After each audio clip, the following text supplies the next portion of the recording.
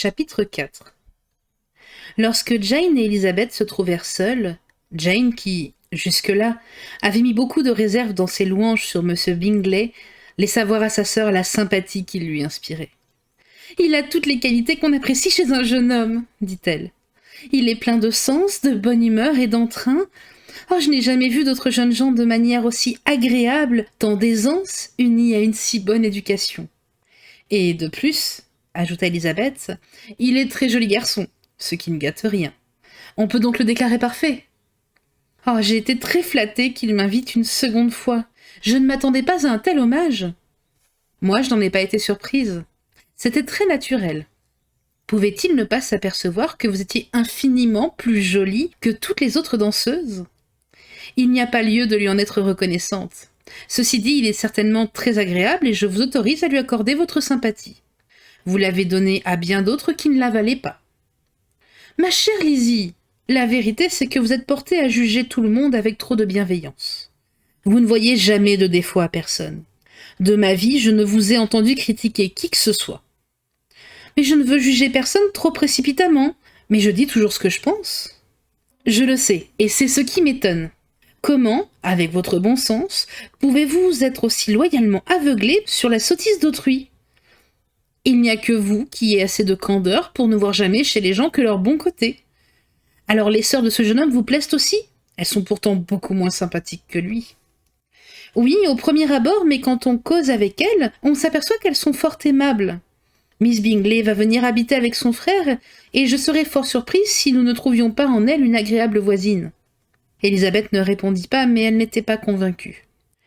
L'attitude des sœurs de M. Bingley au bal ne lui avait pas révélé chez elle le désir de se rendre agréable à tout le monde. D'un esprit plus observateur et d'une nature moins simple que celle de Jane, n'étant pas, de plus, influencée par les attentions de ces dames, Elisabeth était moins disposée à les juger favorablement. Elle voyait en elles d'élégantes personnes, capables de se mettre en frais pour ce qui leur plaisait, mais somme toute fières et affectées. Mrs. Hurst et Miss Bingley étaient assez jolies, elles avaient été élevées dans un des meilleurs pensionnats de Londres et possédaient une fortune de 20 000 livres. Mais l'habitude de dépenser sans compter et de fréquenter la haute société les portait à avoir d'elles-mêmes une excellente opinion et à en juger leurs prochains avec quelque dédain. Elles appartenaient à une très bonne famille du nord de l'Angleterre, chose dont elles se souvenaient plus volontiers que de l'origine de leur fortune qui avait été faite dans le commerce. M. Bingley avait hérité d'environ 100 000 livres de son père. Celui-ci, qui souhaitait acheter un domaine, n'avait pas vécu assez longtemps pour exécuter son projet. M. Bingley avait la même intention, et ses sœurs désiraient vivement la lui voir réalisée. Bien qu'il n'eût fait que louer Netherfield, Miss Bingley était toute prête à diriger sa maison. Et Mrs. Hurst, qui avait épousé un homme plus fashionable que fortuné, n'était pas moins disposée à considérer la demeure de son frère comme la sienne. Il y avait à peine 2 ans que M. Bingley avait atteint sa majorité lorsque, par un effet du hasard, il avait entendu parler du domaine de Netherfield. Il avait été le visiter, l'avait parcouru en une demi-heure, et le site et la maison lui plaisaient. S'était décidé à louer sur le champ. En dépit d'une grande opposition de caractère, Bingley et Darcy étaient unis par une solide amitié.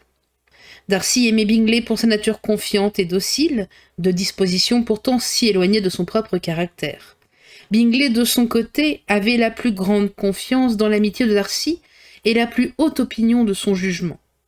Il lui était inférieur par l'intelligence, bien que lui-même n'en fût point dépourvu, mais Darcy était hautain, distant, d'une courtoisie froide et décourageante, et à cet égard son ami reprenait l'avantage. Partout où il paraissait, Bingley était sûr de plaire. Les manières de Darcy n'inspiraient trop souvent que de l'éloignement. Il n'y avait qu'à les entendre parler du bal de Meryton pour juger de leur caractère. Bingley n'avait, de sa vie, rencontré des gens plus aimables, des jeunes filles plus jolies. Tout le monde s'était montré plein d'attention pour lui, point de raideur ni de cérémonie. Il s'était bientôt senti en pays de connaissance. Quant à Miss Bennet, c'était un véritable ange de beauté. Monsieur Darcy, au contraire, n'avait vu là qu'une collection de gens chez qui il n'avait trouvé ni élégance, ni charme, personne ne lui avait inspiré le moindre intérêt. Personne ne lui avait marqué de sympathie ni procuré d'agrément. Il reconnaissait que Miss Bennet était jolie, mais elle souriait trop. Mrs. Hurst et sa sœur étaient de cet avis. Cependant, Jane leur plaisait. Elles déclarèrent que c'était une aimable personne avec laquelle on pouvait assurément se lier, et leur frère se sentit autorisé par ce jugement à rêver à Miss Bennet tout à sa guise.